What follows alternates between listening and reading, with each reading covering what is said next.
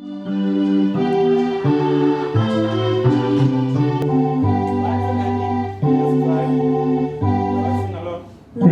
God from whom all blessings flow. Praise Him, all creatures He below. Praise Him above in heavenly hosts. Praise Father, Son, and Holy Ghost.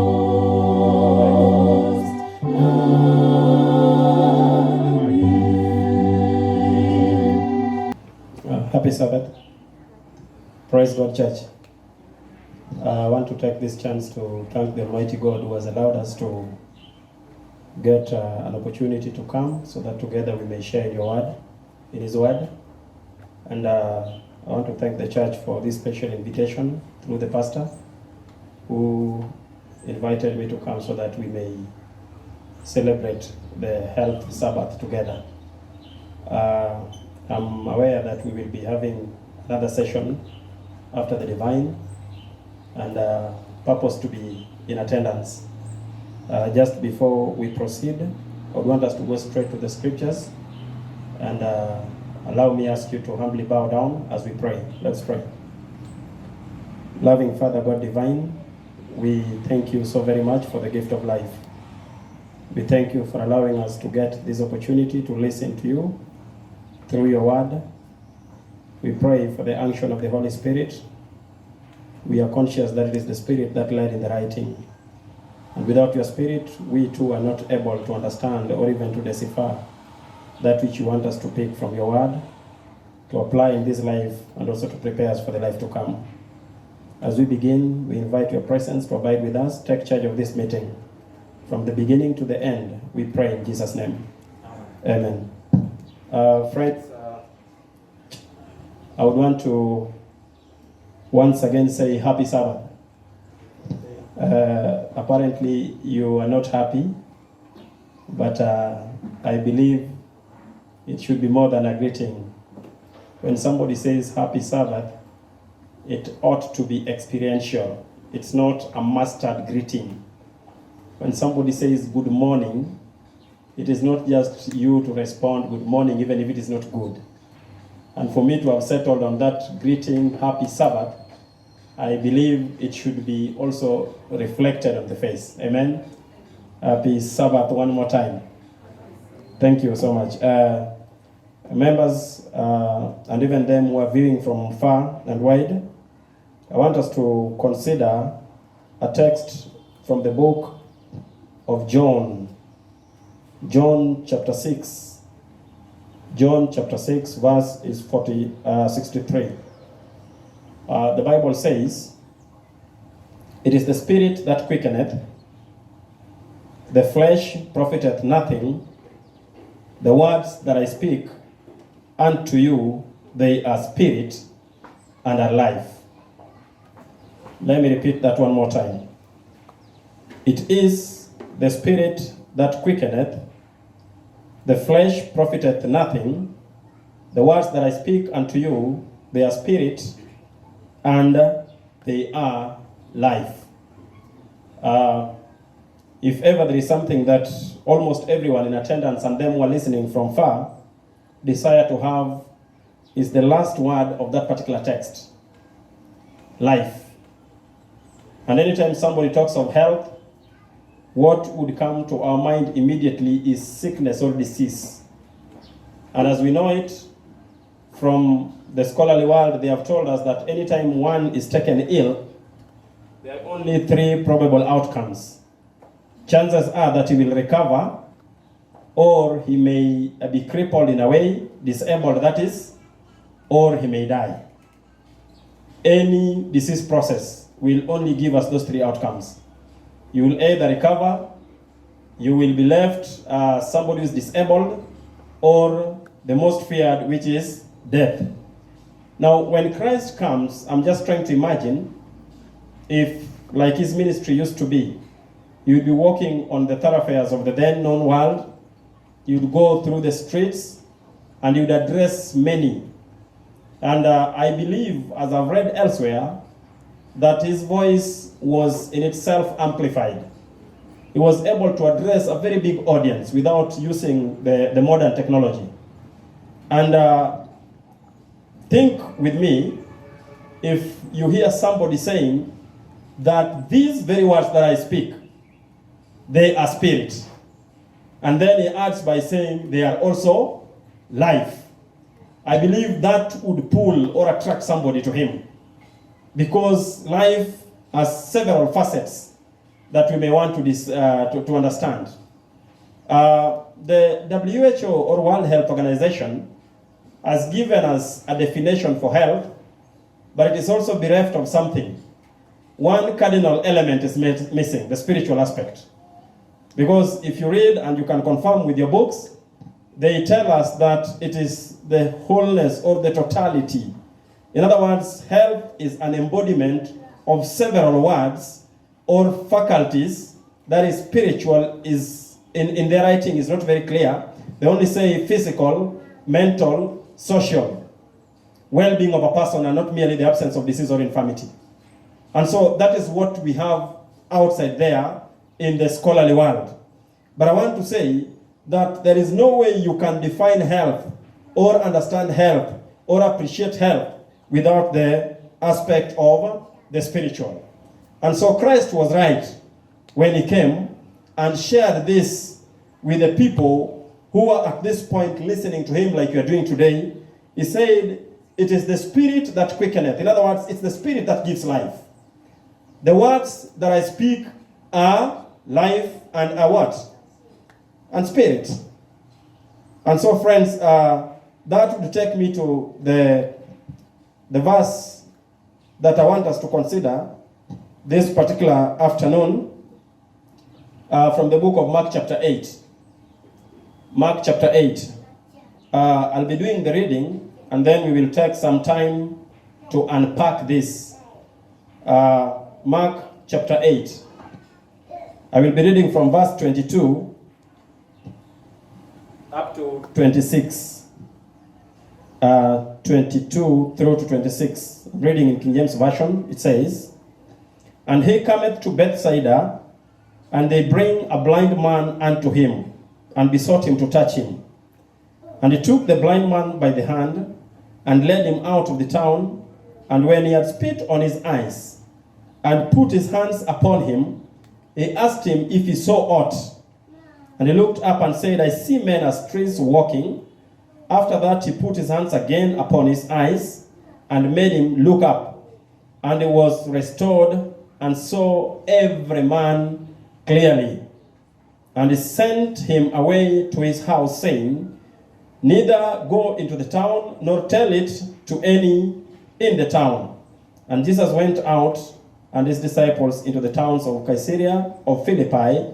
And by the way he asked his disciples, saying unto them, Whom do men say that I am? That is the text that I would want us to consider with the health message at the back of our mind. Now, friends, I've already indicated at the very onset that what we know to be health is not about just taking care of the physical well-being of a person. And a number of times, whenever the word health comes within the borders of our church, that which would come very fast is probably wants to lecture us on matters food. Hello? That's what's always in the mind. But now the broader perspective, which is now health in its fullness, is given by Christ. He says, the words that I speak are life, is life in itself. And so the life that Christ gives, he gives it in its fullness. It cannot be partial. You can never be physically well and then mentally you are disturbed and still qualify to be said that you're well. And so Jesus is giving us an illustration here, and I want to pick an aspect of social aspect of health. Social aspect of health. Now, from the pen of inspiration, we read from the book Ministry of Healing, page 143, paragraph 3. Ministry of Healing is written by one of the writers that so many members of the church endear, by the name Ellen Goldwhite. She says that Christ's method alone will bring true success to the ministry or in the ministry. He often mingled with people as one who desired their good. He ministered to their needs, showed them sympathy, then he bade them follow me. I thought somebody would be excited at that. Let me repeat that. The Bible is, the spirit of prophecy is saying that Christ's method alone. In other words, grammatically, what that person is saying, there are several other methods. But the one that will meet the threshold, that which will reign triumphant at the end of it all, is when you employ Christ's method. For us to attain this health, because Christ himself is the health we are talking about. Hallelujah, church. The Bible says, friends, if I digress a bit, that in the beginning, God created the heavens and the earth. And the earth was without form and void. Darkness covered the surface of the deep, and the Spirit of God moved upon the waters. Then God said, let there be light, and there was light. So the Lord saw that the light was what? Was good. He separated light from darkness. Light he called day, darkness called he night. Verse 5 ends by saying the evening and the morning were the first day. Now, from the very onset, what you see Christ do is he speaks things into existence. In other words, life begins with Christ. That is why we say he is everlasting. Christ is outside life, so that he created life. Amen? That's what the Bible is teaching. And so when he says that I am the way, the truth, and what? Life. So Christ is taking us to a higher pedestal of health. We may be narrow-minded, we may not be having that panoramic view or the knowledge that is required for us to understand what health really entails. But if one wanted to know what health is, then I need to ask the greatest teacher who ever spoke on this planet Earth. His name is Jesus the Savior. Amen? And so he speaks things into existence. So he's giving us an illustration of a component that was so much or conspicuously missing in the church. A story that is given here is about a person who had been born blind. But let's get the context of this story. It is possible that you can walk with God, or you can be in the company of believers, but you fail to see God. Get me, church members. It is possible that one can be always in the gather, holy convocations, where people meet to congregate and even share the word of God, but still you come out without seeing who God really is. And so when you look at what Christ is talking about here in the entire chapter, his main interest is whether these people have eyes that can perceive. Because again, seeing is not confirmatory that you are perceiving that which you see. And so he begins by saying that now several days had passed, and Christ is having this multitude around him.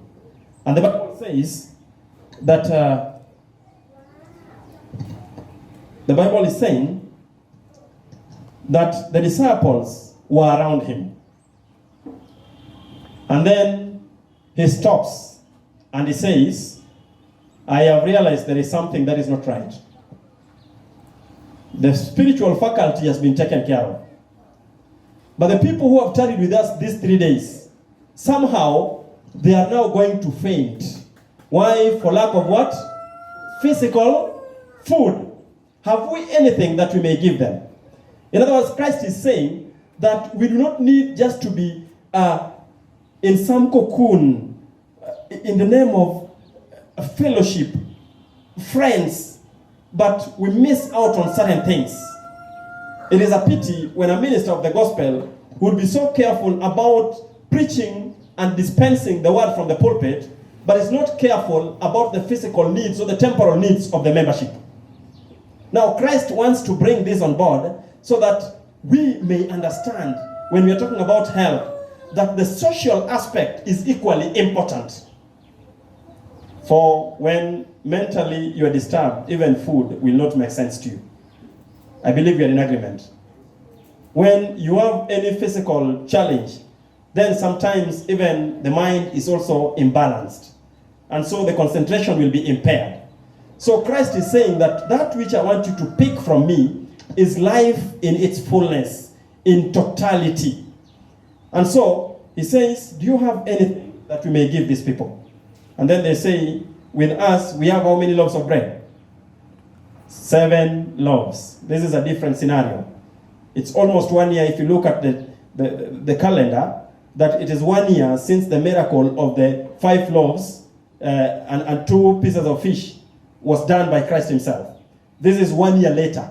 And so when he's doing this, these people are saying, we have bread. There are 7. But this number is so big. In other words, this will mean nothing to them. But Christ begins to challenge whether they are perceiving. They have been with him, but they have failed to understand who Christ really is. Hello, church? They have really missed on this. One thing that is cardinal about Christ is that Christ is all-powerful. That's why we began by saying he spoke things into existence. He's the only God who can call things that are not as though they are and they become. That is one attribute of Christ.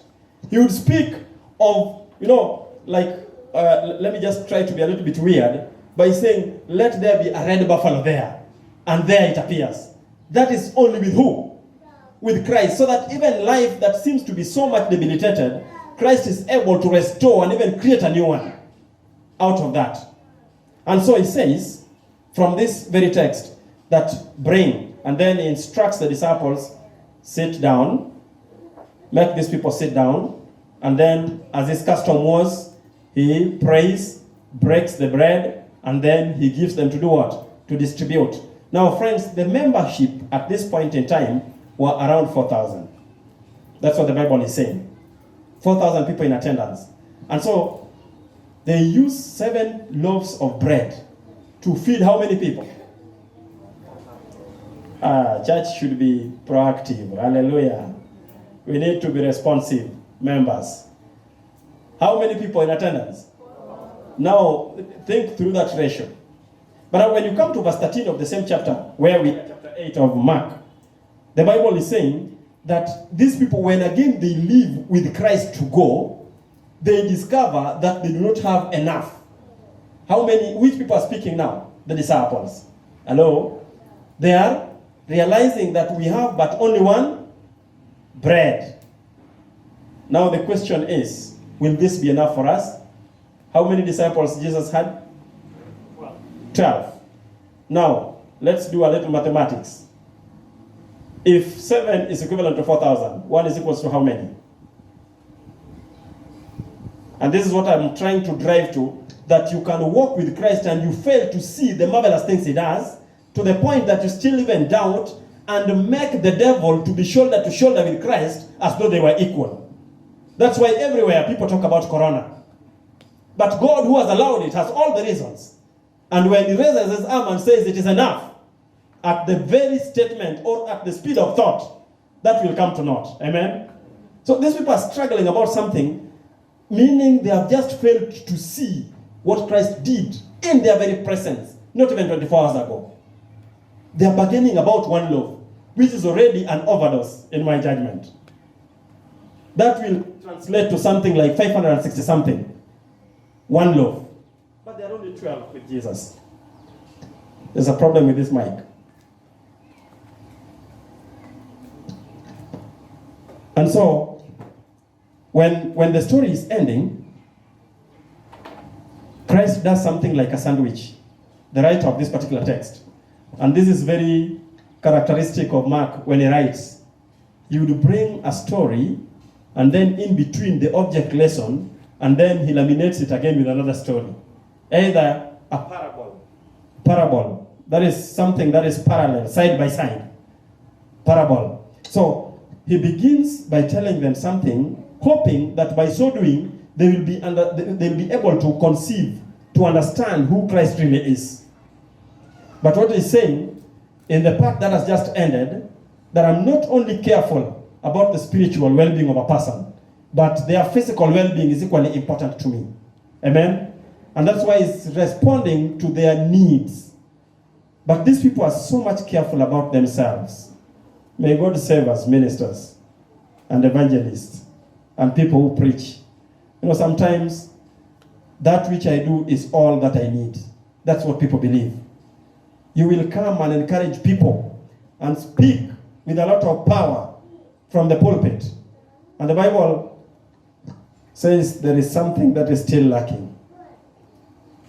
You need to go after understanding the scriptures. As I listen to the lesson discussion, that a time comes when now that which has been internalized into the system and assimilated should now be reproduced, and people see the impact. That it is just beyond head knowledge, but it is a life lived. Hallelujah, church. So Christ is not only giving us that we be Bible students. I'm not saying that is wrong, but he's saying that having understood the way I operate, and have indicated that Christ's method alone will bring true success to the ministry, you have adopted that. See how he did it. After preaching, then you would move. But the Bible says, and the spirit of prophecy, which we read a while ago, said that he mingled with people with one objective, as one who desired their good.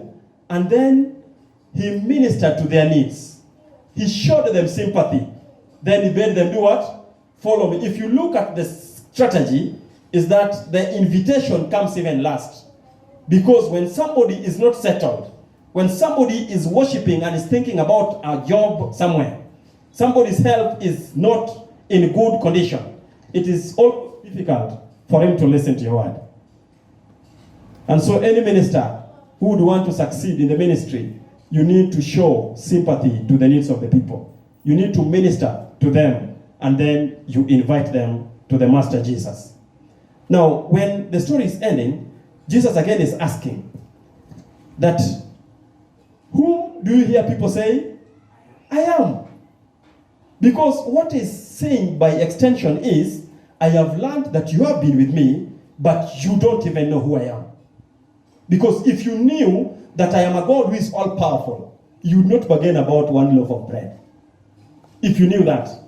Because from the very beginning, I did things which had never been. And that attribute, that character is still with me. I'm a God who does not do what? Does not change. Balaam says in Numbers 23 verse 19 that God does not change. Is not man that he should change. Neither is he what? Man that he can repent. Hath he spoken, and shall he not do what? Fulfill it. And Malachi says in chapter 3 verse 6, I am God, I change not. Wherefore the children of Jacob are not consumed. And later you find in Hebrews 13 verse 8 that Jesus is the same yesterday, today, and forever. It means that Jesus, whom we understand through the lenses of Colossians 1:17, that it is through him that all things were created, is able to do things that have never been. Amen? And so he is asking these people, my brother, whom do you hear people say I am? That was the question. And you realize the disciples are very fast to respond. You know, it's always easy to talk about somebody, what you hear people say about him.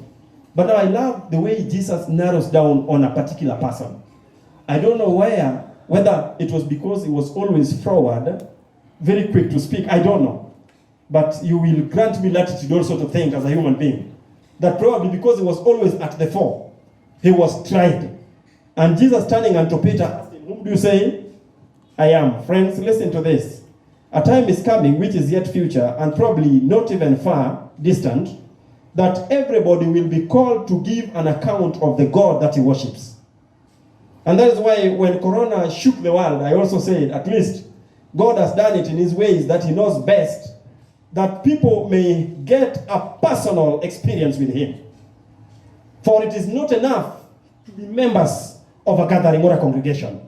He desires one-on-one experience with him. And so he's questioning Peter, whom do you say I am? And I realize, as I read the text, that even Peter did not know. I know somebody may be wondering, how did I get that? Because even after saying the right thing, the Bible confirms by saying it is not you, but what? Hello, church. Hello? Can I get some Adventist Bible students here? Okay. What was the response? It is the Spirit that has done what? So it means that Paul, even Peter, while walking with Christ all this while, he had not known who he is. He saw several things done by Christ, but he failed to see. And so, to narrow down and give now the lesson, he brings a story.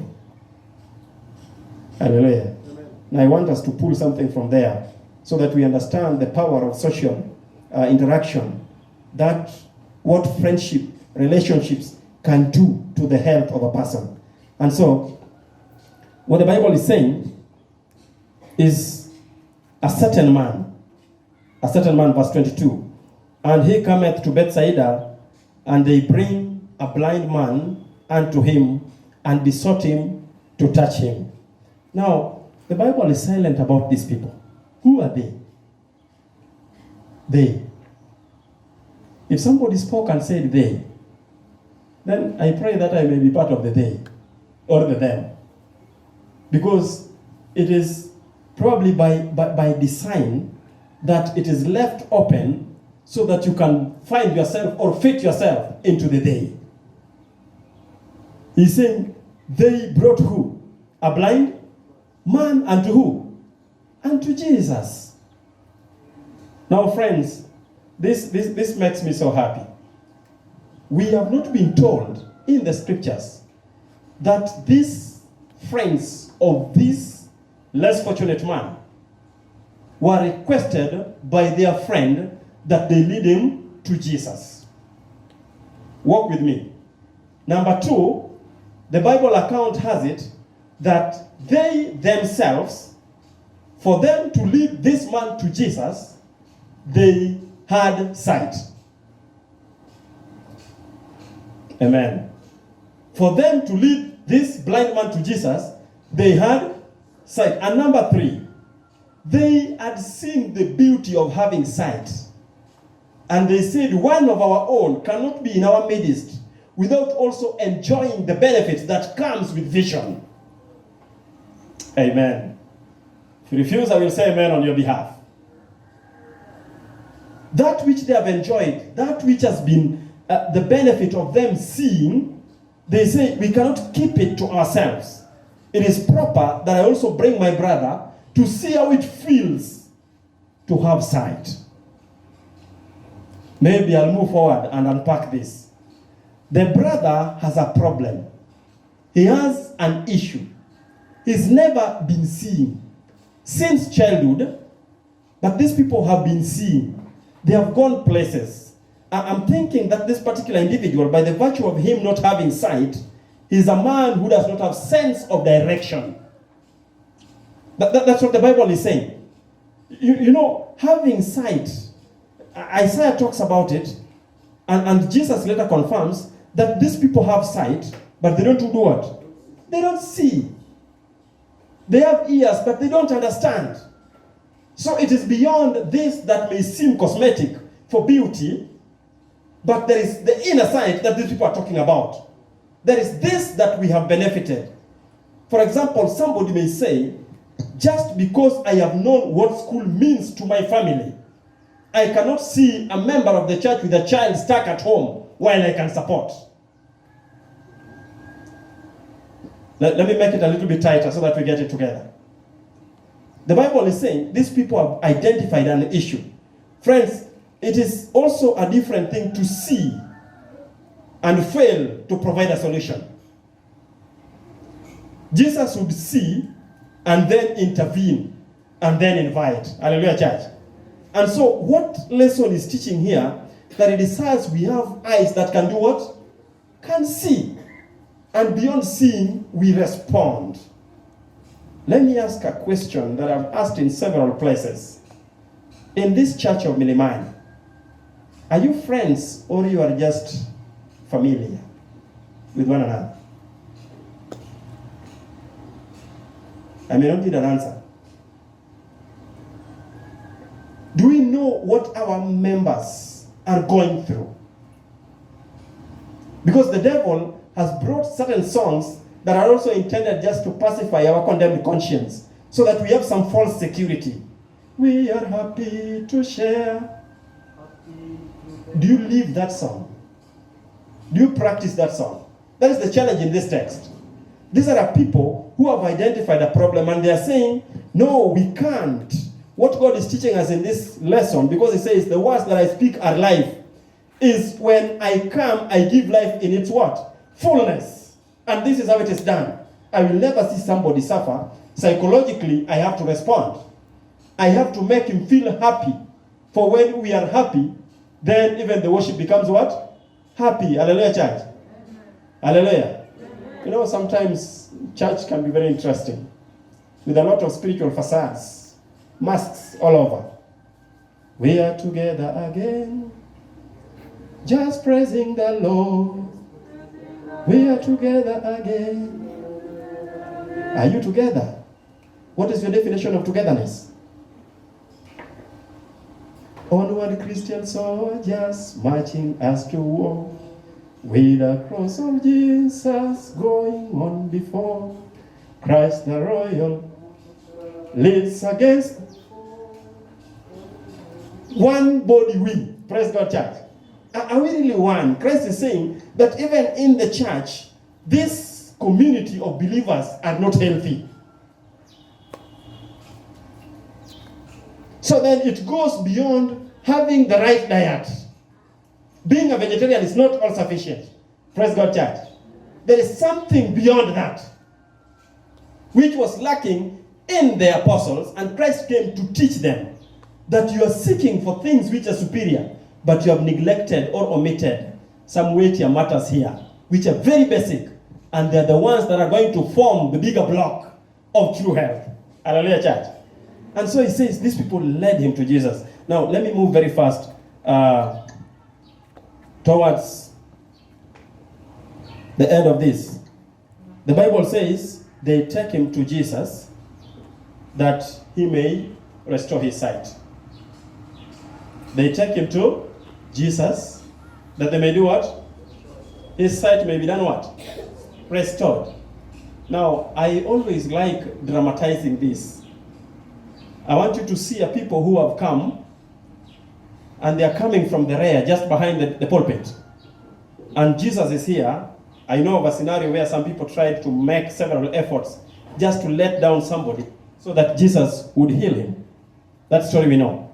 But because of the bigger multitude, they went up the roof and did what? Made an opening and lowered the person.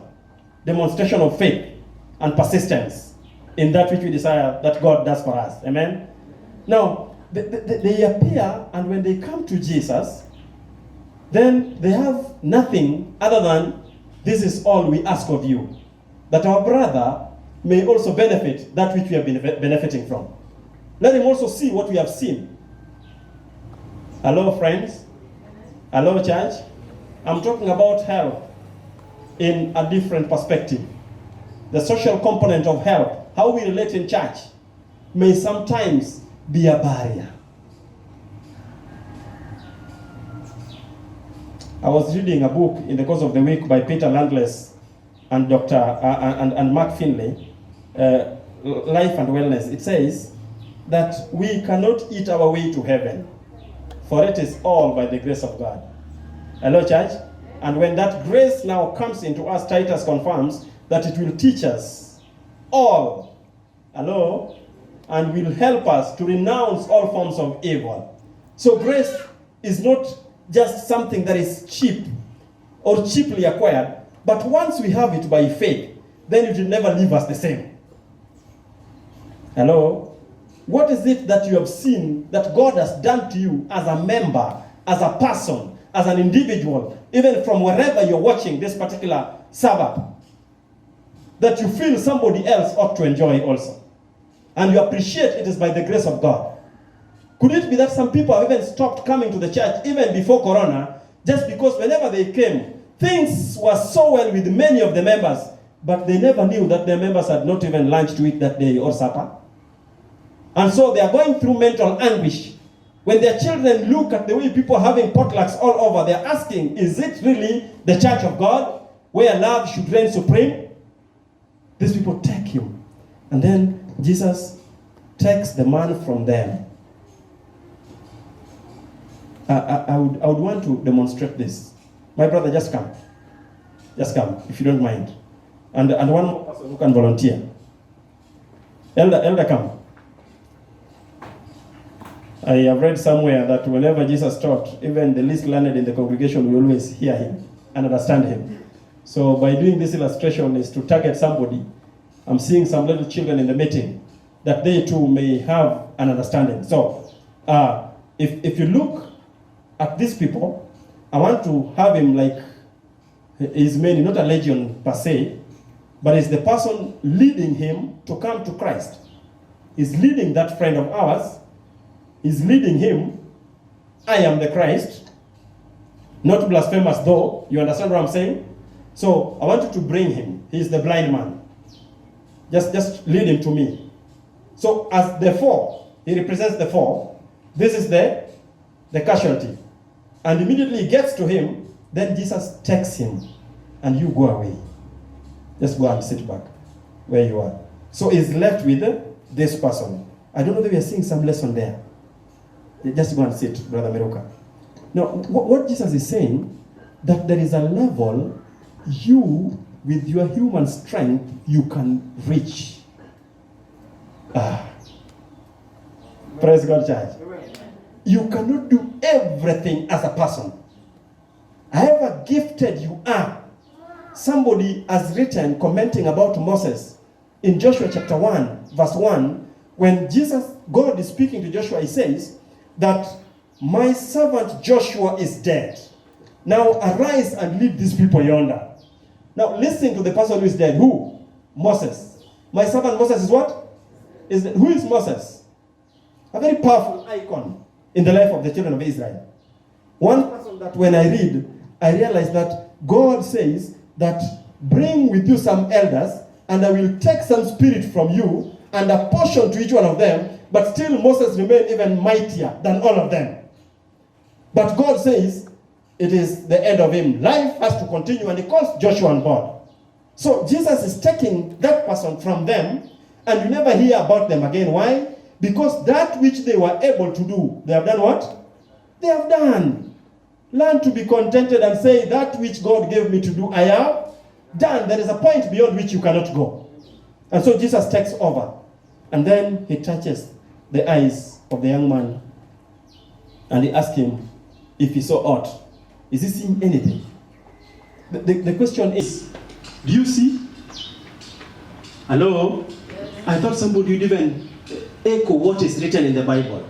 Let me go back, because so that we understand that.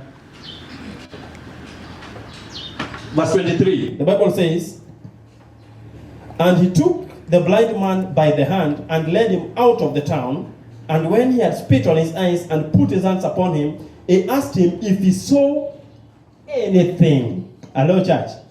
Then what is the response? What does the Bible say? He said, I see men like trees. That alone is a lie. Unless, I don't know. But my understanding of somebody is blind. I don't know whether he had seen trees before. But all the same, the Bible has written that. He says, I see men moving us. Probably men he had heard about them. He was born, he came from a family. They probably led him to places. So, man, at least, coupled with the voice, you would relate, reconcile the face and the voice and the personality. But the tree he had never seen. And he's saying, I see men moving as what? As trees. The question is, the question was, do you see? Hello? Do you see anything? The question was not, what do you see? Listen to me, friends. The question is, do you see anything? If somebody asked you that in church, the answers are myriad of them. Anything. I can even begin by saying, I'm seeing you. Hello? But it goes to what he sees. Not the many things. In fact, what Jesus is saying in this compacted line is that one, the disciples failed to see and know who I am. One, they did not acknowledge that I'm a God who is all powerful. They failed to see the miracles. Number two, they failed to see that I came for humanity. And that is why I could not just walk away on an audience when I knew very well that they needed some other parts of their lives to be taken care of. And that's why I even prepared food for them. And they ate and carried 7 baskets home that was left to go and share with them that were remaining behind. So he's asking, do you see anything? Friends, I want to end here by asking the church, do you see? From wherever you are congregating, do you see anything, my brother? Even in this gathering where we are, even in the neighborhood where you come from, are you seeing anything that requires your intervention? Do you know that sometimes somebody may be suffering because I've not taken a step? Because my Bible tells me that immediately the 4 came into the scene. The way the story ends is that the eyesight was done what? Was finally restored, and he saw every man clearly. Just take a mental flight. Go home and ask even your parents if they're alive. Where do they sleep? Have you flashed to that bedroom of the old man? Do you have regard for him as though he's a living person that Christ also died for? And he has committed to you as the child that you need to take care of them. Patriarchs and Prophets is saying, when commenting about obey your parents, that commandment does not only mean reverence for the elderly, but it also entails giving them respect, taking care of their reputation, and ensuring their comfort in old age. Are you seeing anything where we are? Could it be? Probably my brother there may be understanding me even much better. That as you are in the laboratory trying to diagnose what the actual causative microorganism of the condition is, of my father who visits hospital every other month, I am the one. Because he spent so much on me. And he expected, having done so, that life would be different. I'm the actual macro now, not micro. Macro causative organism for the suffering of my parents. And when we meet, people say, I took him to MP Shah. Took him. You think those ones are sweet, but you are the cause of the problem. Do you see anything? Are you seeing some child who comes to the church every other day without even shoes on the feet? It is terribly cold in the evening. Everybody is having a cardigan on top, but this child is in a vest which is tattered. And we say, we are together again praising the Lord. God is saying, when I came that I may restore the eyesight to them who are blind. Praise God, church. That the church may be healthy. One more time. That we may be able to see and act accordingly. To make other people around us and about us also to enjoy help, the things that we have benefited from. I want to pray with somebody who is saying that God has spoken to him or her. And there are many things that happen around us. We have overlooked them. We have slighted them. We have developed some indifferent attitude toward that which God expects us to do. But it says he came that they who could listen to him would have life and have it more abundantly. Praise God, church. But he uses human instrumentalities, agencies, that we may reach out and make other people also to be healthy. You desire to be a participant in just restoring the health of somebody. It may be economically, it could be socially, it could be even spiritually. You desire that God will open your eyes, that it will not only be ending with seeing, but that the Spirit will prompt you to go and even take an action for the glory of His name. If there be such a one in this gathering, I want to ask you that you rise up so that we pray together. Let's pray. Our Father and our God who art in heaven, we thank you for the gift of life. We thank you for the blessed promise. You said that you came that the captives may be set free. You came that the blind might see again. And you came that through you life eternal would be given to each and every person who believes. Father God, we have listened to you through your word. We may have not put it in the best way, but your Spirit, the best communicator, Father, we pray that we'll attend to every person who is here and even them who are listening from wherever they are, that each person will have a sight restored and will do that which is dutiful and needful for your children, that together we may enjoy health in its fullness. We pray that you may also forgive us of where we have gone wrong. Thank you for your blessed Sabbath. Thank you for our lives. We commit the entire country and the world, that Father God, continually bless your children, stand with us, and at the end of it all, may we together be ushered into eternal glory and bliss, where there will be no more suffering or even pandemics that people talk about. Now let your will be done in everything. We pray in Jesus' name. Amen. God bless you. Let's meet in the afternoon for the study. Thank you.